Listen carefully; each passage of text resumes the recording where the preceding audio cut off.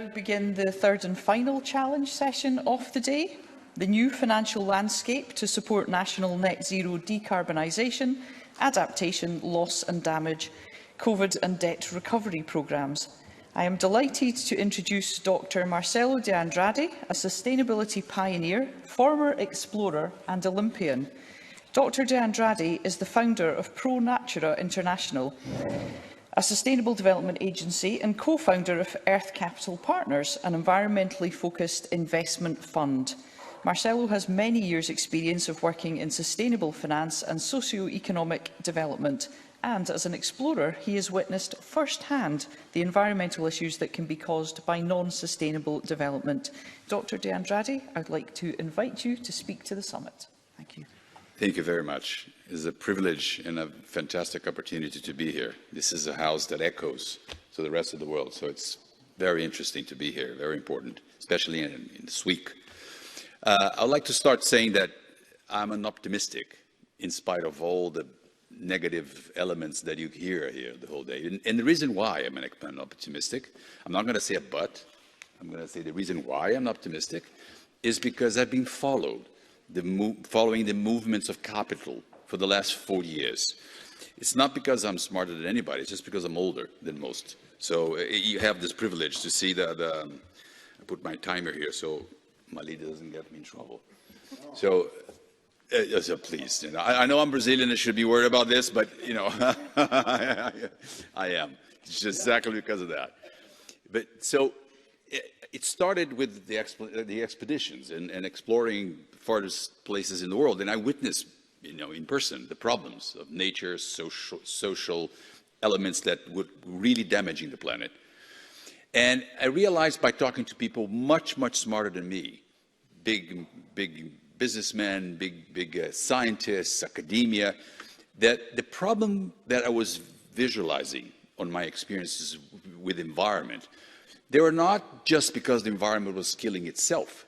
It was caused by humans because of the pursuit of a better quality of life, using the wrong technologies, making investments that were not exactly adequate and not compatible with natural resources and blah, blah, blah. You guys know better than I do what happened. So I went back from a very high mountain in 1985 and I created ProNatura, which is a development agency. And we then started my relationship with capital. On those days, the capital that we have available to help solutions were corporate sponsorships and some public capital. And with that, we really made a lot of differences and created large programs. Anyway, it was very effective.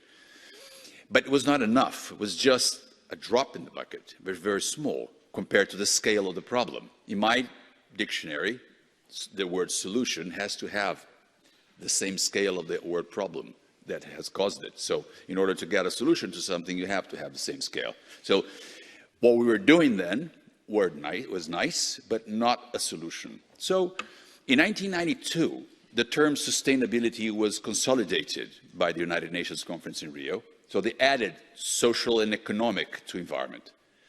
So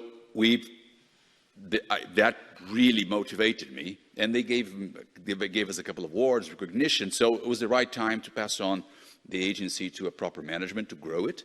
And I went to the private sector, to the financial world specifically, because I needed to understand how really capital moved and how to influence, help influence the movements of capital towards the right direction.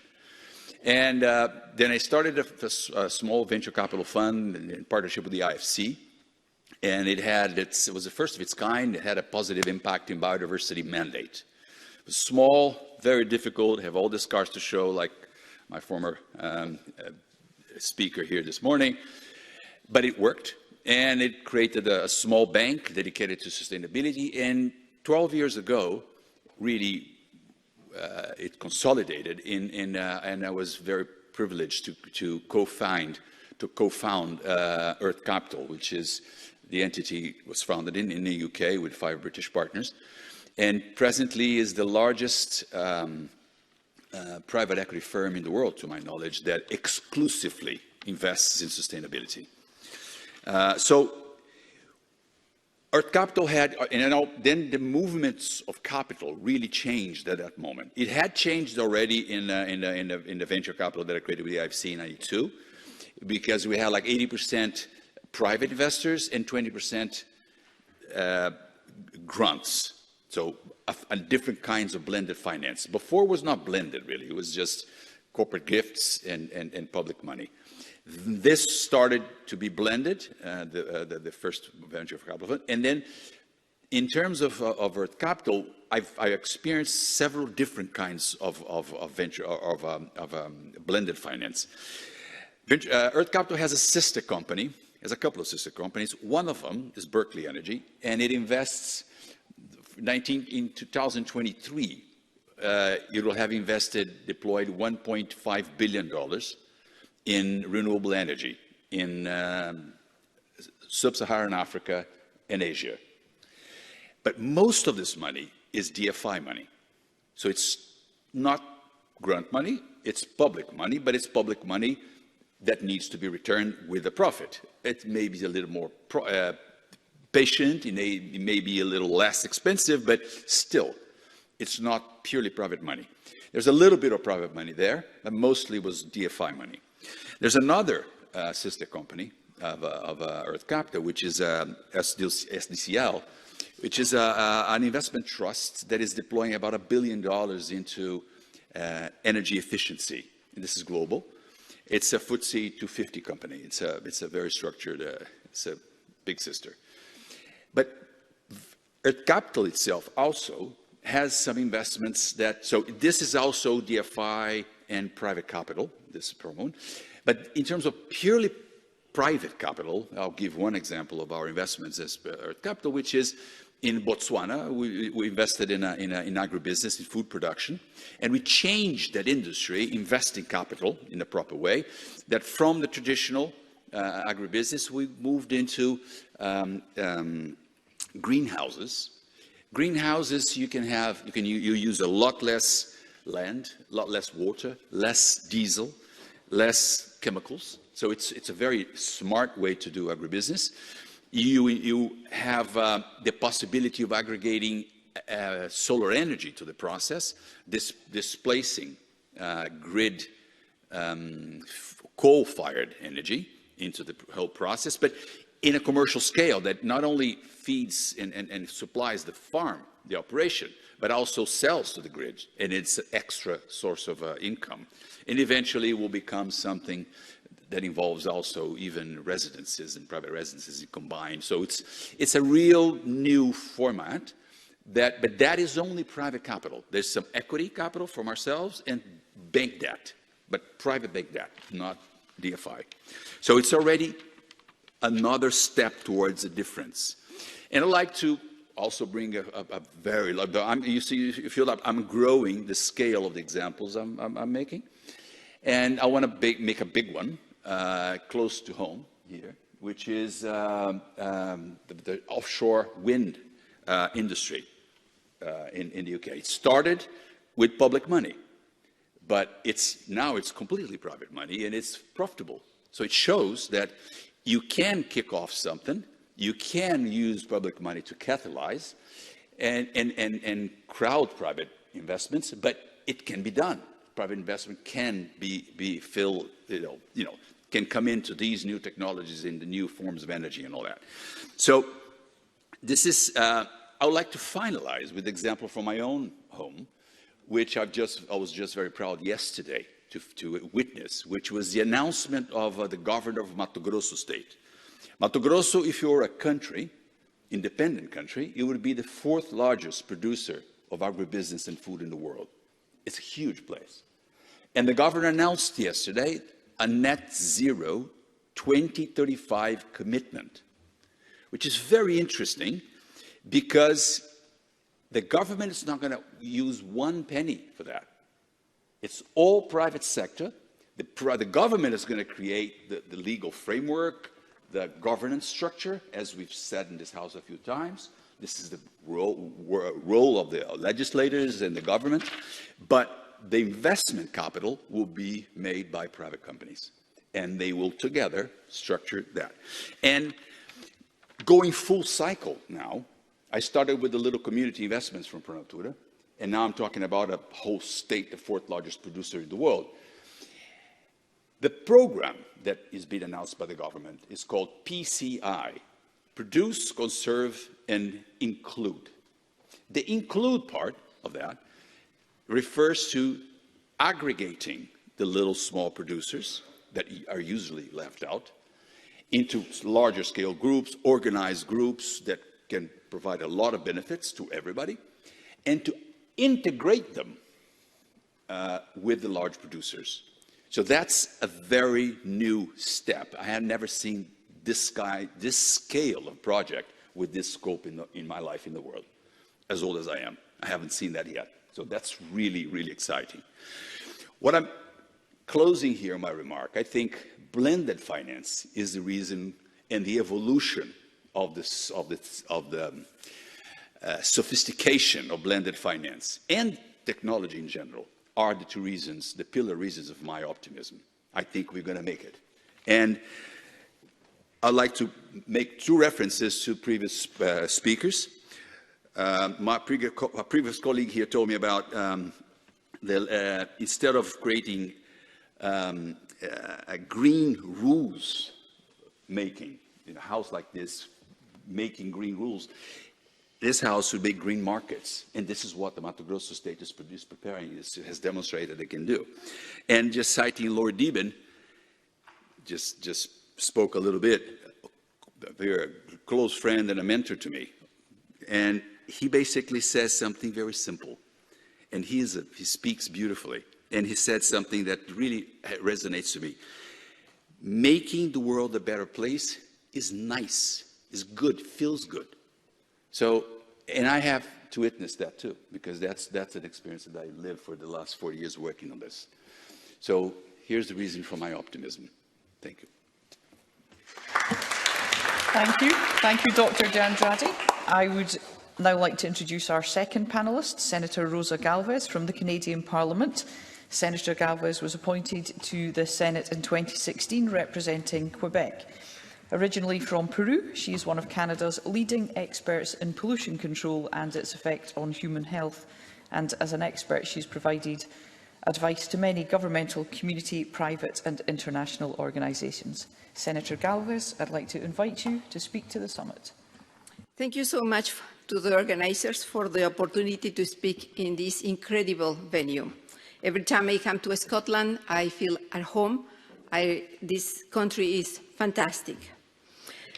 My fellow citizen, Mark Carney, just said recently, the money is there. But I think that as any Scottish woman in the around here will say, now we need to walk the wool, meaning developing the strings of admissibility for this financial support that will be available. I also want to thank Dr. Carvalho de Andrade for his opening remarks and look forward to Professor Esty comments. It is a privilege to share this stage with such accomplished individuals fighting for a better alignment of finances with our climate change and commitments. I have the honor to preside over the Parlamericans Parliamentary Network on Climate Change. Parlamericas is the institution that promotes dialogue and parliamentary diplomacy among 35 parliaments of the Americas and the Caribbean, with a focus on open parliament, gender equality, and climate change. Our mission as a network is to strengthen the role of parliaments in aligning the national climate action with Paris Agreement and its nationally determined contributions. Me too, I am optimistic, not for the same reasons that Dr. Carvalho, but because I am an environmental engineer teaching for over 42 years in academics, and I never seen in my whole life so many groups wanting a change, a transformation in the way we consume, in the way we measure our prosperity. As the previous speaker said, GDP should be more green DP. And so it starts by knowing how to measure a problem. Engineers, we say, if we cannot measure the problem, how are we going to solve it? I would like to highlight recent initiative from the Americas before just diving into this very, very heavy topic about finances and climate. In 2021, the Chamber of Deputies of Mexico steered technical tools to integrate sustainable development within national budget process. This includes a public report that links proposed expenses with sustainable development goals and a tool to guide standing committees in identifying the level of alignment between the proposed programs and the SDGs. When I joined the Senate, I became the president of the Committee of Energy, Environment, and Natural Resources, and realized that the power was more in the Financial Committee. So now I am a member of the Financial Committee because we need to seek accountability and know where the money is allocated after politicians have made pledges. This is just one of the good practice examples put forward in the publication that is called Parliaments and the Paris Agreement, that is written in 3 languages, Spanish, French, and English, and is available to everybody. And this was jointly developed by Parlaméricas, the Westminster Foundation for Democracy, GLOBE, and Inter-Pares. This publication offers advice on how parliaments can support action plans. Parlaméricas has also developed another great tool that maps the strategies adopted by members to address specific environmental and climate change topics. Please visit Parlaméricas' website. It's sad that our UN Special Envoy on Climate Action and Finance, Mr. Mark Carney, couldn't be present. He deserves all the gratitude, and we Canadians are proud of him. He increased the ambition on climate action in the financial world. Several positive announcements in this first week of COP26 are indeed encouraging, including announcement of the Glasgow Financial Alliance for Net Zero commitment of over 130 trillion of private capital to transform the economy towards the net zero.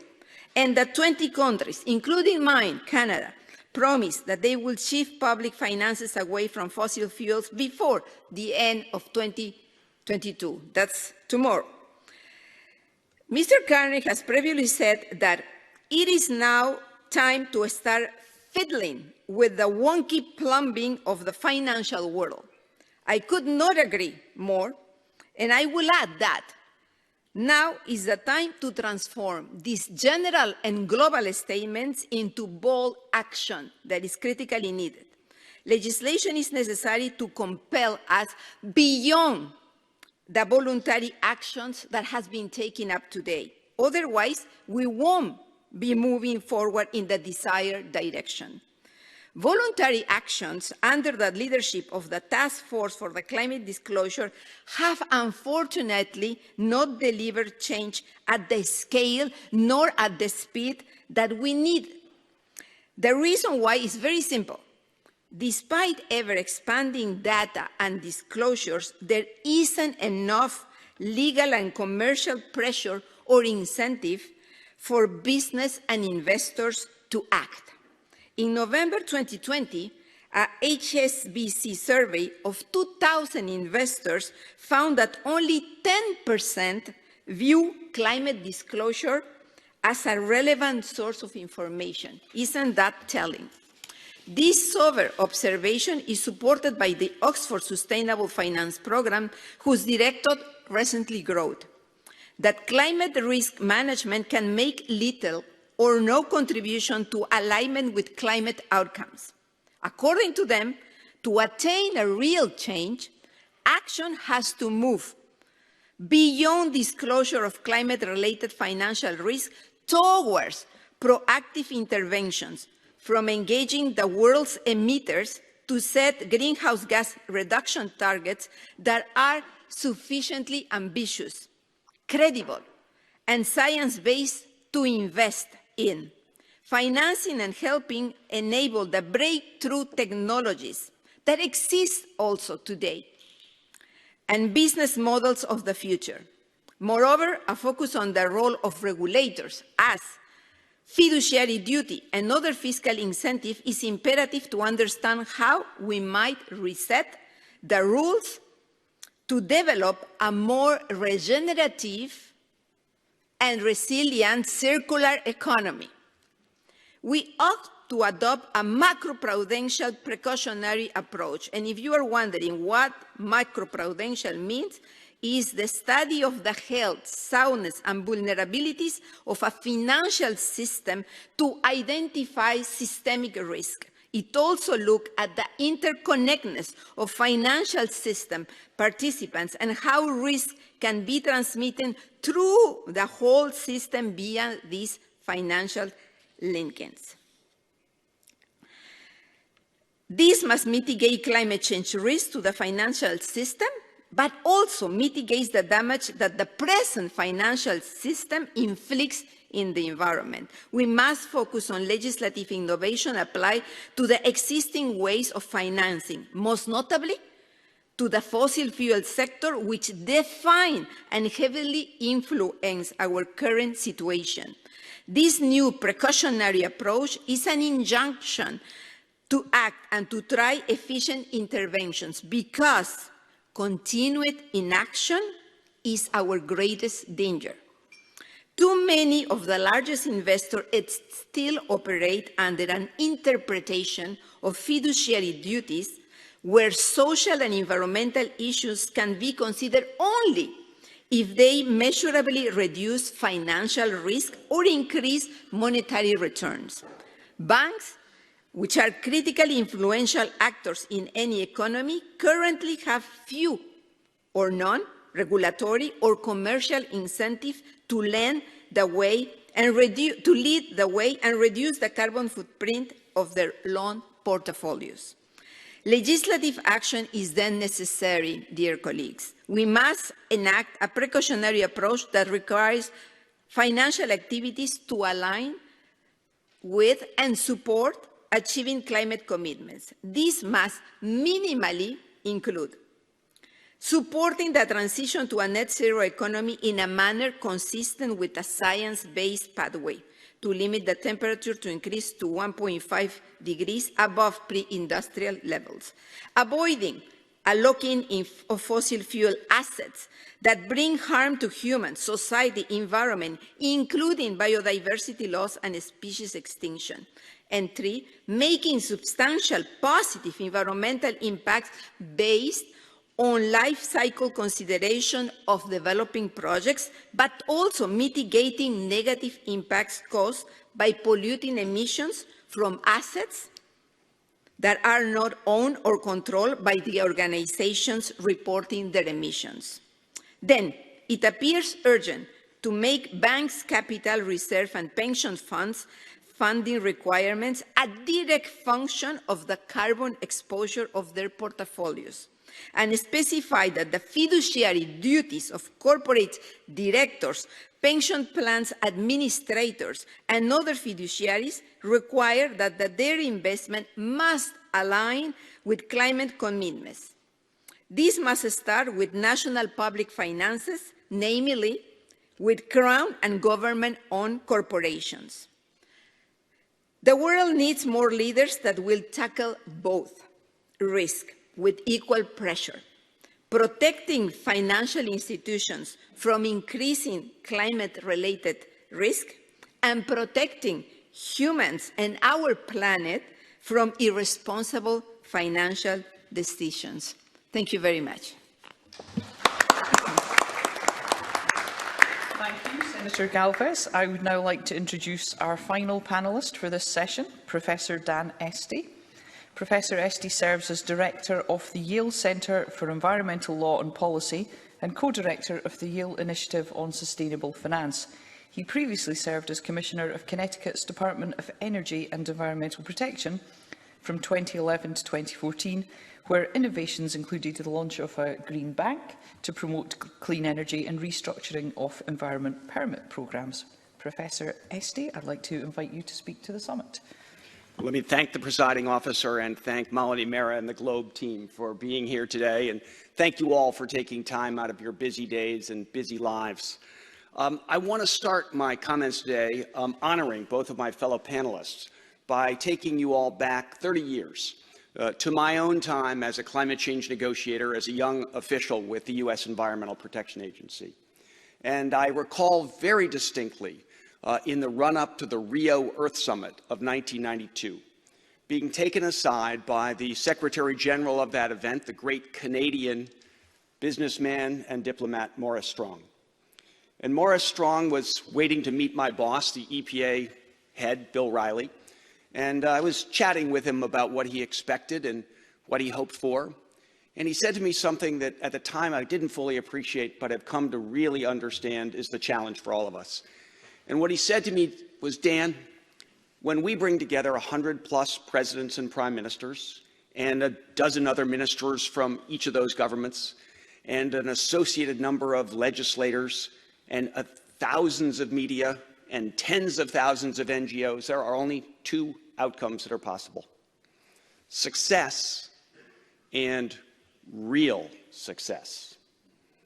And I, at the time, didn't quite get it, but over the decades that followed, literally the decades, it was quite clear that Rio provided a platform, but not real success. And I think we are at a watershed moment here in Scotland this week and next, where the world may, in fact, finally turn that corner to real action and real success. And I want to just highlight, as a student, as a scholar for the last 25 years, having been in government for a while, of what it takes to deliver successful government action, I want to share with you a few quick observations. Number one, it is not enough to have targets and timetables. That is, in fact, what I call the lawyer's mistake. It is not enough to pass laws, to create rules, to sign treaties. You actually have to do more. You have to have a theory of change. You have to create incentives for change. You have to figure out where the points of leverage are to ensure that people do things differently going forward than they have in the past. And we have systematically underattended to that. Second, you really have to understand, I think, the most profound mistake of the 20th century approach to environmental protection broadly, the climate change in particular, was not to ask the question this panel is focused on, which is, where is the money going to come from to deliver the transformative change that we all know is required? And by the way, critical to this conversation is, where is the money going to come from, not just in the developed world, but in the developing world as well? And I think the spirit of our current conversation, with its large focus on a just transition, helps us sharpen our thinking about just those points. So let me, if I could, just take a couple more minutes to give you my best learning based on some years of research about what we need to do to address this money question in particular. We all know that the number that's been put out there is that we need to mobilize $100 billion per year to finance the transition of the developing world, recognizing the developed world has a whole separate transition and a scale one to do. Of course, the truth is that much more is needed. $100 billion is a baseline, and we are doing the accounting here this week, and we'll come up short in that regard. But I think it's in part a mistake. Too many people, including probably some in this room, have been thinking that the money was going to come from governments. That is a mistake, and you should not wait for governments to put up the money. The total of overseas development assistance, far too small. The total of the Global Environment Facility and the new Green Climate Fund, not nearly the scale required. In fact, the Green Climate Fund, the big new sort of creation of the last decade, has total commitments that are just over $10 billion against a $100 billion per year, 10-year agenda that's really $1 trillion baseline. So please don't wait for the governments of the North to provide the capital. It's not happening. And our panel has, I think, already made that clear. So what is the 21st century strategy? And of course, there does need to be some development assistance. The GEF and the GCA both provide concessional finance that will be critical on some issues. In particular, investments in resilience, which we've already heard the need for, investments in adaptation that will be critical. But the real shift to a clean energy future, to relaying the foundations for our 21st century economy going forward, are going to come from other sources, and most notably private capital, in part from banks. But really the key, I think, is going to be a shift in the thinking of mainstream investors, including pension funds, but many individuals as well, and those who manage large blocks of money, to the belief that continued investment in the fossil fuel past creates risk. The risk of stranded assets and, frankly, of subpar returns out over time. And what I think is impressive about our moment is how many people and how many institutional investors have decided that they want better alignment between their core values and their portfolios. And that's where I think the research says we have an opportunity. And this is an opportunity for those in this room in particular, because while that mainstream interest has come to play, a significant number of people, and especially their investment advisors, are saying, but we don't really know who the leaders are. We don't really have a good basis for identifying the laggards. We aren't clear what the best practices are. So one of the things that could be done, should be done, is to create a better structure of sustainability metrics to gauge corporate performance, bank performance, and frankly, government performance. But let's start with corporate performance, and particularly the financial sector. And for those who are interested, and as a professor I can't help but offer a reading assignment, I have a new book based on the study done by my team at Yale called Values at Work, Sustainable Investing and ESG Reporting. And for those who don't follow the acronyms, that's environmental, social, and governance factors. And as the senator has already pointed out, it's not just environment. It is also questions about diversity and gender and investments in human capital and ensuring that governance is transparent and honest and a whole series of things that we can now track in somewhat of a rigorous way. But we frankly don't have an agreed upon framework, and people tend to report in their own ways that are most flattering to their own performance. And it's not okay. One of the fundamentals for a successful financial marketplace and for the flow of capital to a sustainable future is to ensure that we can all figure out who the leaders are, who the laggards are, and have comparability in the metrics that are put forward. And we really do need, in that regard, legislation, in many places at least, to ensure that kind of clarity. Now, it won't be enough to signal where the leaders are delivering change, who the laggards are pulling us back. We will need, beyond that, creative finance. I think, in fact, what Marcelo told us, blended finance, mixing of different sources of funds. So I am a believer in green banks, using limited government money to leverage private capital, and to, as we heard earlier today from our British, risk the flow of private capital into serving on public goods, or at least mixed goods, that are both private benefit but also societal gain. And I think the truth is that there is a great deal of philanthropic money also eager to be part of the blend and starting to come through at scale to address the problems we're facing. And I think this is a package that needs to come together, but some of the important groundwork would be benefited by legal foundations laid by parliaments, congresses, and so on across this great world. So I think it is in part up to all of you in this room to make sure that our time together in Scotland is that watershed moment. And that when we look back a generation from now, people would say, it was there in Glasgow in particular, but we'll also include Edinburgh, but it was there in Scotland that the world really came to grips with the need to deliver transformative change, real change as the foundation for real success. Thank you. Thank you. Thank you, Professor Esty. You now have an opportunity to put your questions to the panel, so please do. Who would like to ask a question? Scottish Parliament, Fiona Hislop, MSP. Thank you very much for your contributions. We gather in Edinburgh, and obviously the Adam Smith's theory of moral sentiment is as much part of that story now as it was in the past. But looking at where we can generate finance and who needs it and where it's needed, for industrial change, green finance, I call it that, is available and readily for energy sources, but not necessarily for steel or cement or all the products that are there that will need investment, and they perhaps are not seen as attractive as the technological advances in energy. So how do we ensure that the unattractive investments are supported as much as the attractive investments?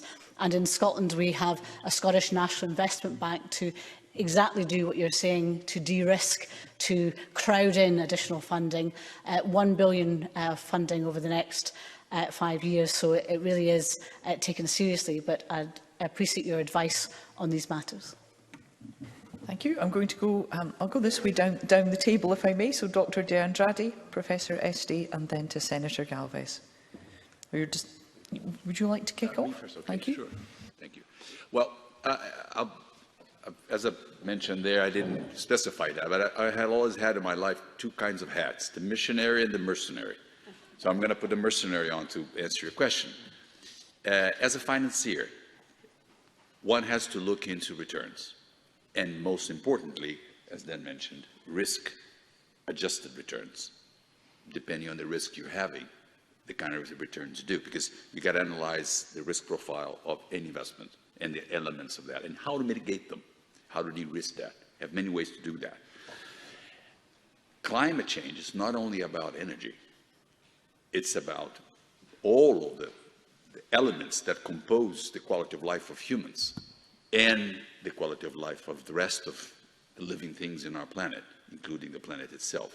So steel, cement, other industries, part of the reason why they have the impact nature is because they are energy intensive. So solving the energy investment helps part of their problem.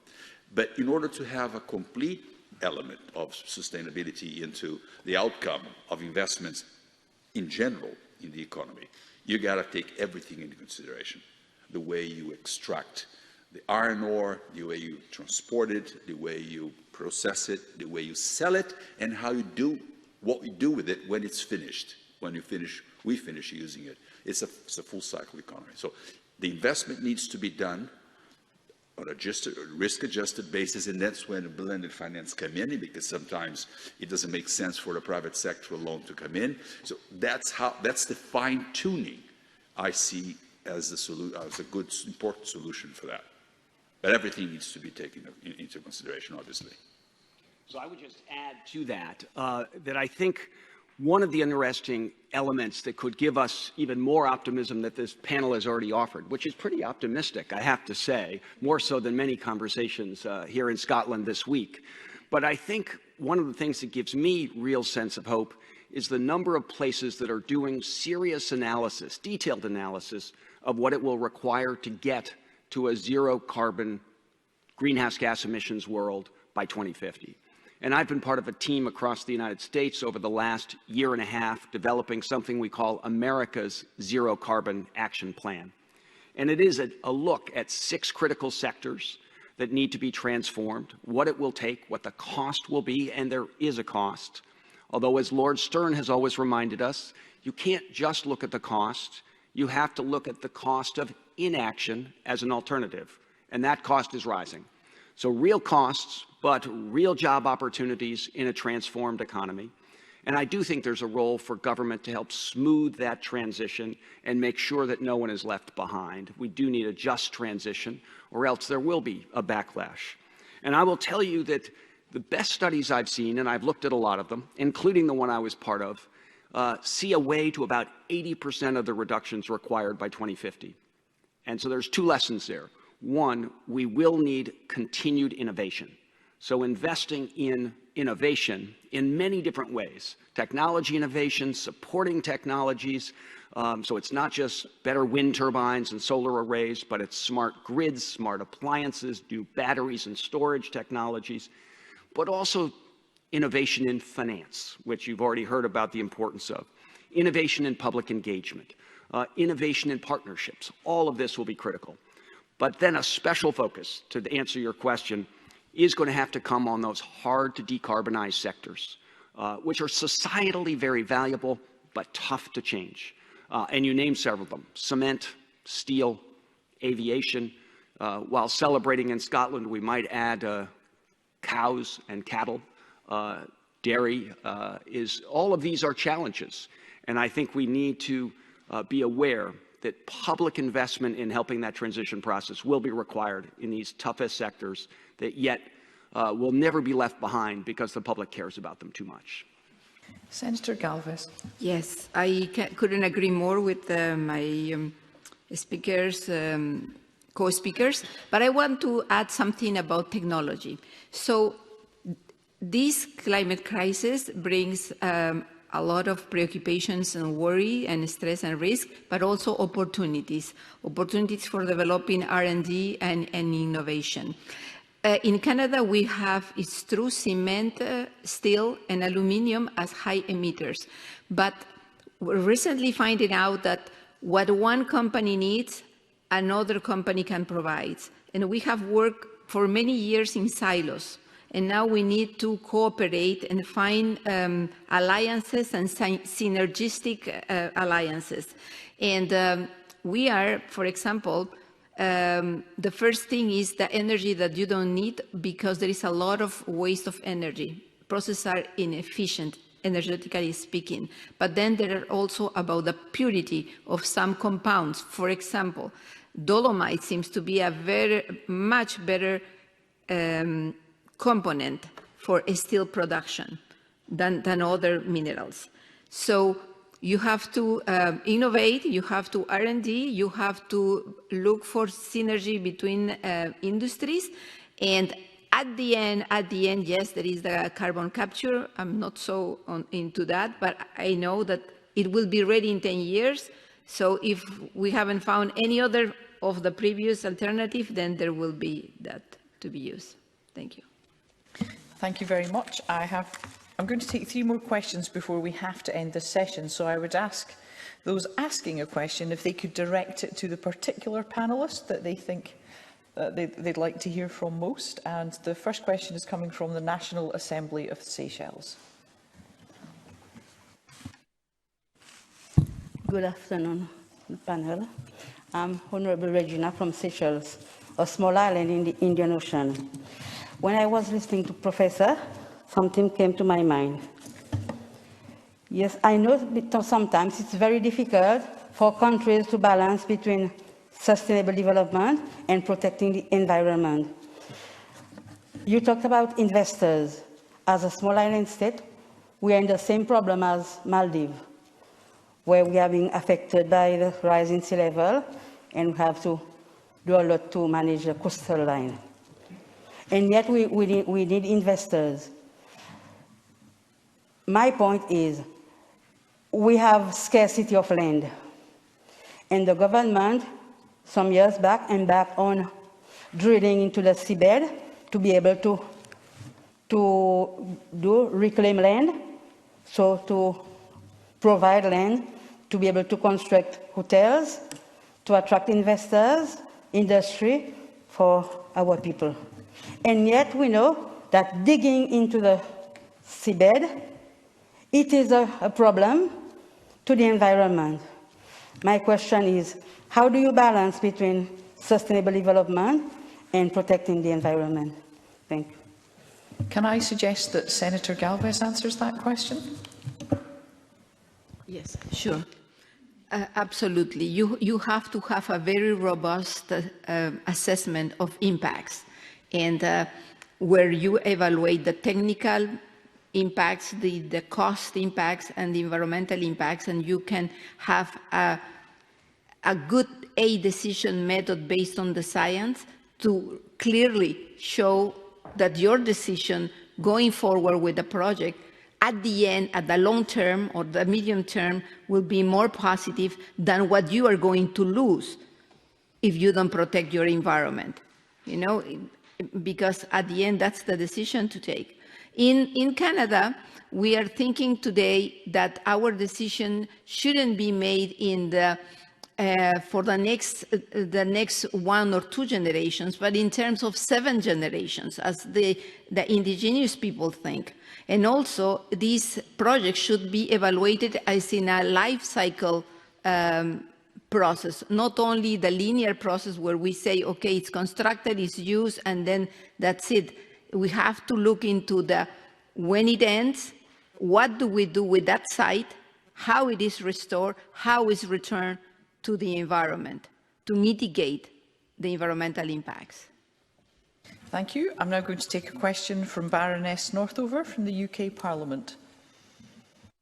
Thank you very much. And this is directed particularly to Professor Esty.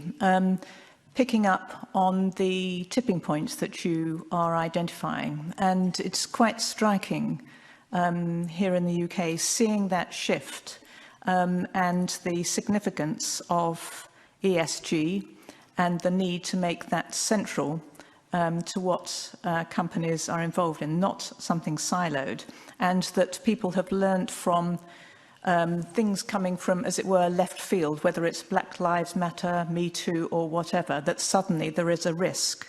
And so my questions are, firstly, what is being taken forward? What can we do to try to make sure that things are more standardised internationally? But secondly, how do you then factor in transition to that?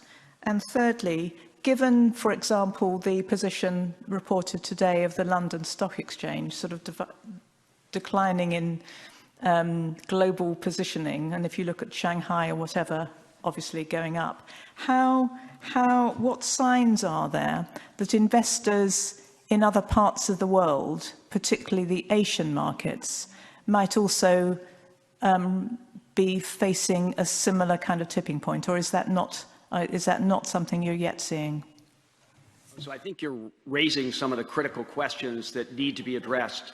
And I would say, in answer to your first question is around the standardization, I think it is partly a sense of getting the folks in a position country by country to set the rules to collaborate.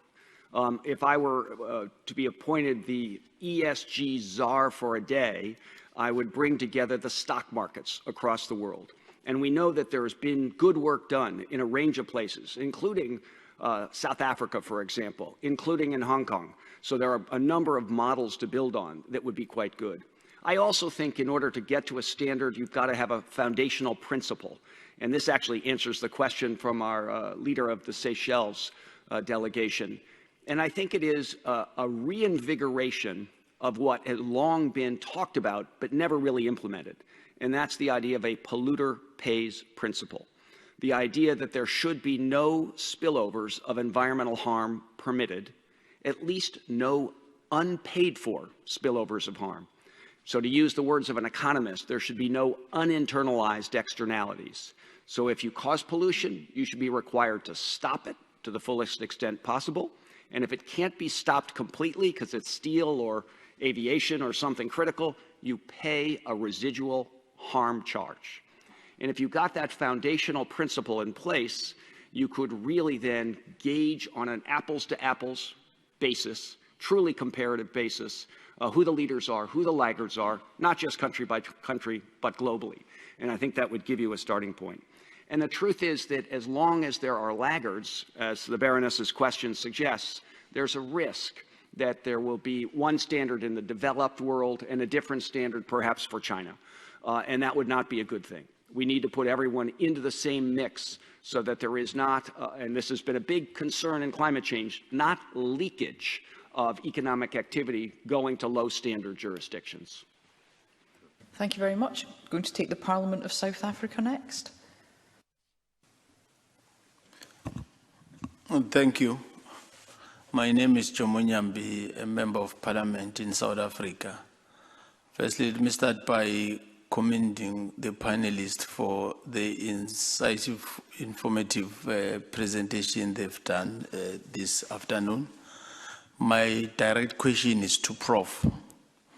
If, Prof, you can share with us some practical experiences that can assist to come with a better structure for these proper sustainable metrics so that we are able to really make this come together of legislators a watershed, as we have quite correctly put it.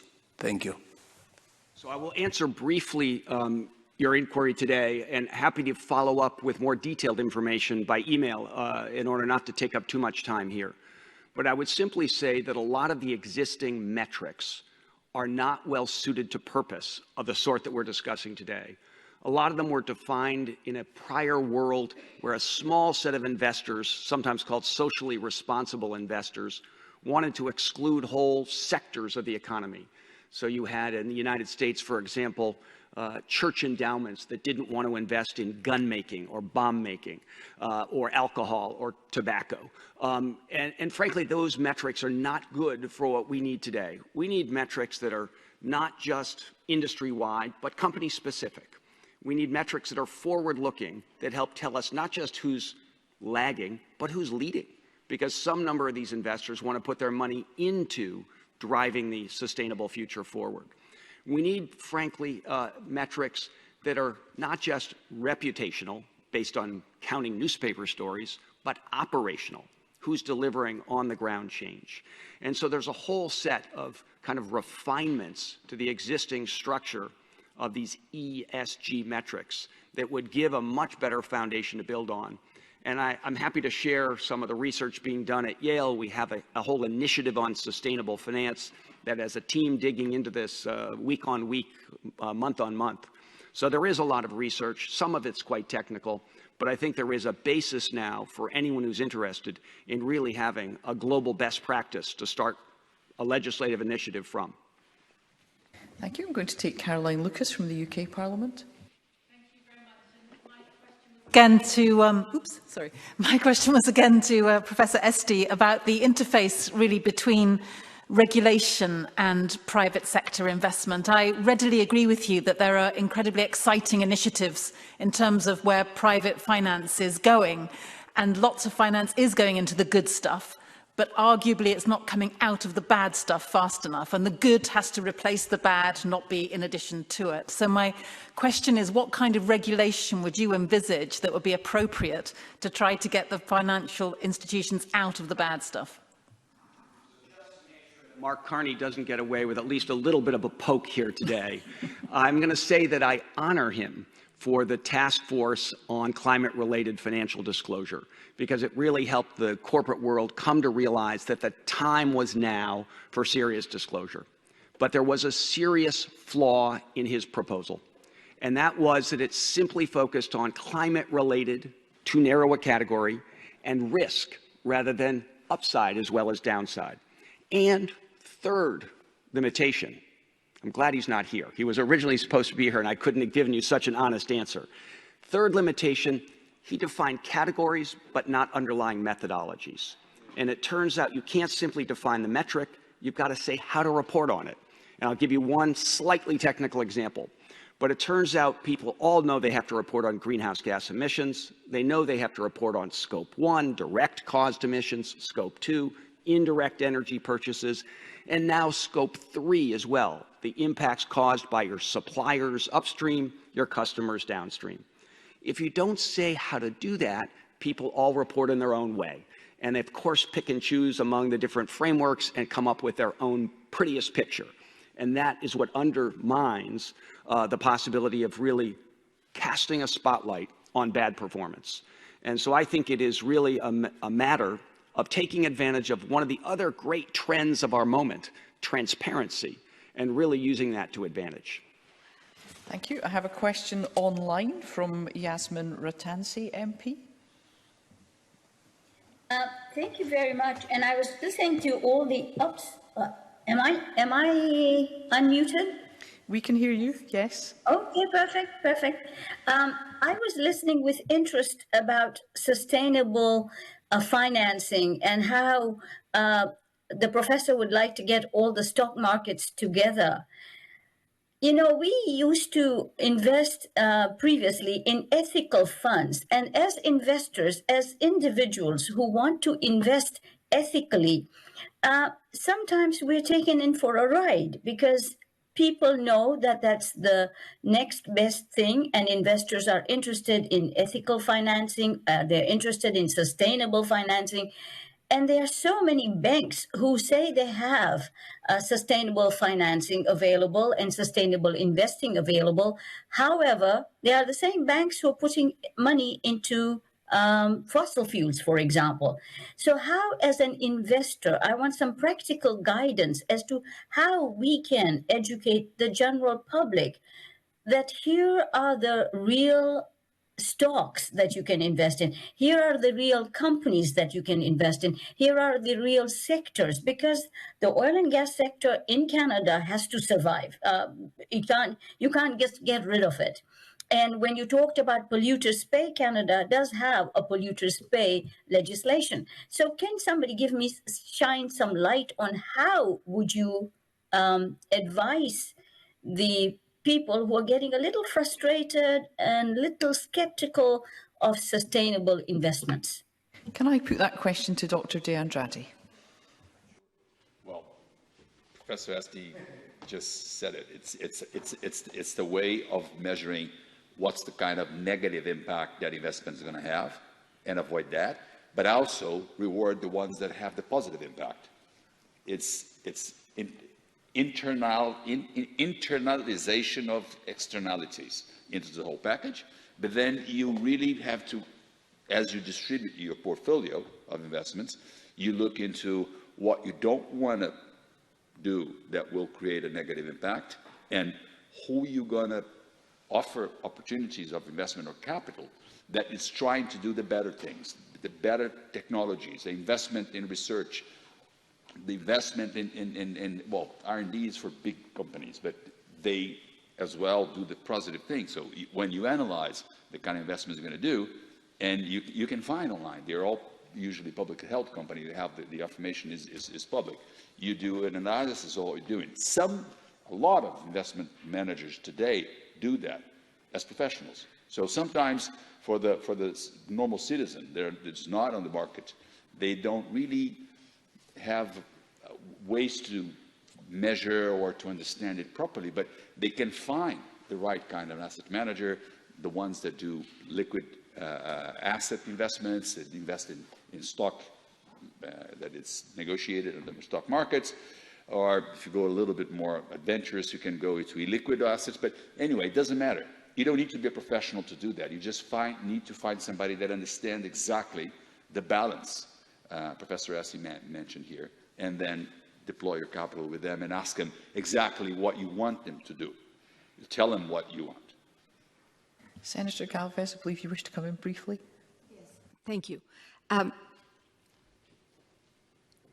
Most of legislation have this polluter pay principle, and the problem is that it's rarely or very difficultly implemented. I think that the idea from the financial world that externalities, meaning the pollution, was going to solve the pollution problem was a good idea, except that, for example, in the case that you mentioned, fossil fuels, when governments give subsidies, they distort the free market. And so whatever is there, the prices of the oil and the prices that we pay in the pump are not anymore real. And so that makes difficult, including for the finances who think that this story about the stranded asset must not be really true or real because there is still money being put into into fossil fuel subsidies. Another point is that this area is going to evolve, and there is going to be methodology coming in detail and accompanied by lexology.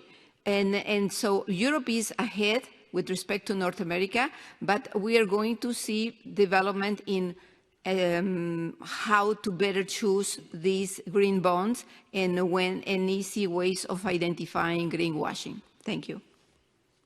Professor.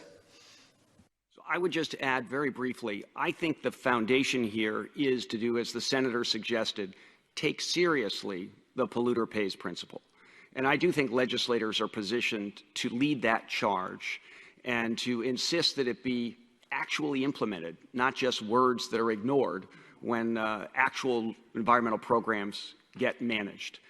And for those who are interested, again, I will push you to look at something I just had published 2 weeks ago with a somewhat grandiose title called the End Externalities Manifesto. And it's a claim to take seriously this idea that people talk about all the time, but then don't implement. So it appeared in a law journal called the New York University Environmental Law Review.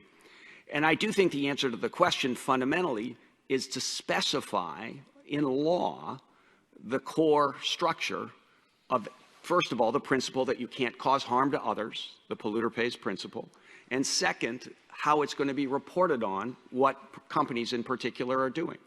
And right now we have, to answer the questioner's concern about people feeling taken for a ride, it's because the private parties providing sustainability data in the market don't agree themselves on what sustainability means, and they disagree about who the leaders and the laggards are.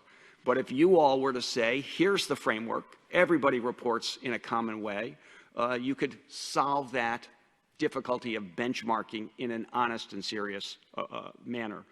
And imagine if we had an accounting firms that all got to do their own thing, there'd be chaos in the markets. There would be no stock markets. And I think the same principle should apply to accounting for sustainability. Thank you very much. Regrettably, we can't take any further questions due to timings, but I'd like to take this opportunity to thank our speakers in this session. Thank you all so much. I'd also like to thank all panellists who've joined us during the day and, of course, all delegates attending the summit. We're going to finish with a recording of the climate song Enough is Enough by Karine Polwart on Musica and the Soundhouse Choir. This is a collective musical piece which has been interpreted and performed by many musical groups as a message to world leaders taking part in the COP26 climate talks. It's a reflective and moving piece, and it refers to the symbolism of Glasgow's coat of arms, a bird, a tree, a fish and bell, as I mentioned this morning, a symbol of our call to action.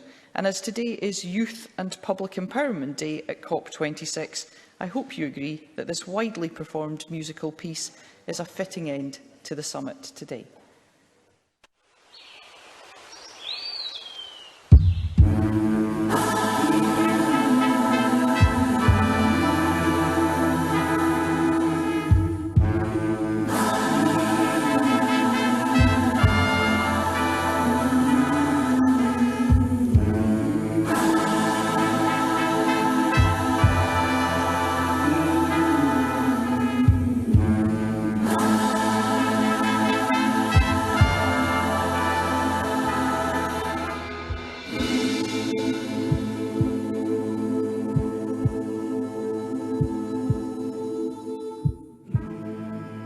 It's been so long since your first breath. I hold you in my heart. It's been so long since your first breath. I hold you in my heart.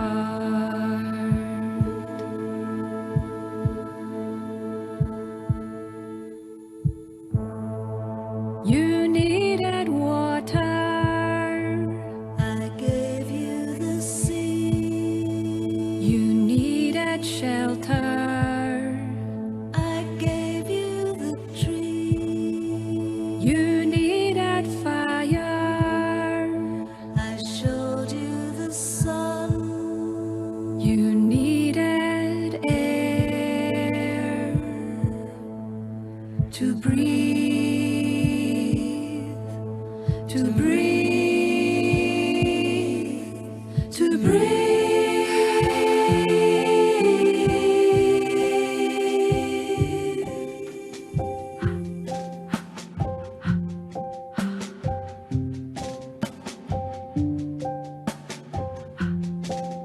I give you all I have, but you always want more.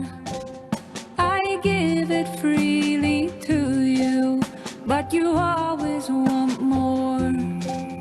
I give you all I have, but you always want more. I give it freely to you.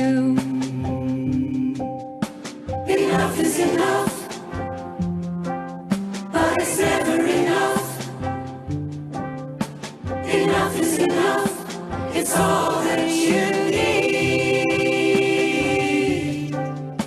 Enough is enough, but it's never enough. Enough is enough. It's all that you need. Didn't I give you everything? Didn't I give you everything? Didn't I give you everything you need? Didn't I give you everything? Didn't I give you everything? Didn't I give you everything you need? Didn't I give you everything? Didn't I give you everything? Didn't I give you everything you need? The tree and the bird and the fish and the bell. The tree and the bird and the fish and the bell. The tree and the bird and the fish and the bell. The tree and the bird and the fish and the bell. The tree and the bird and the fish and the bell.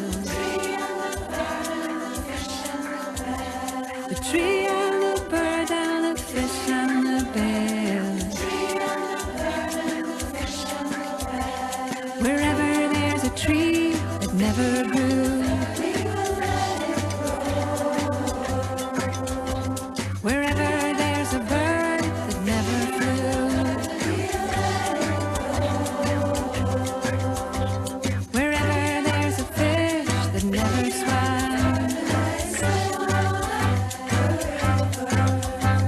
Wherever there's a bell that never rang.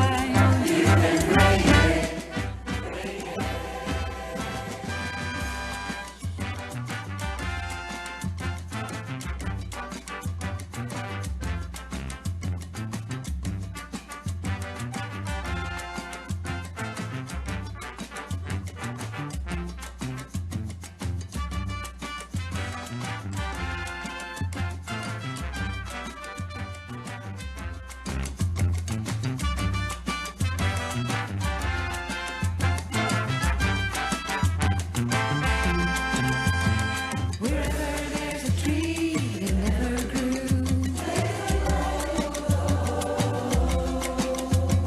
Wherever there's a bird that never flew.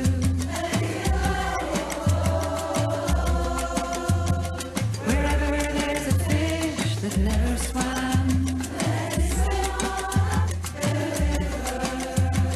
Wherever there's a bell that never rang.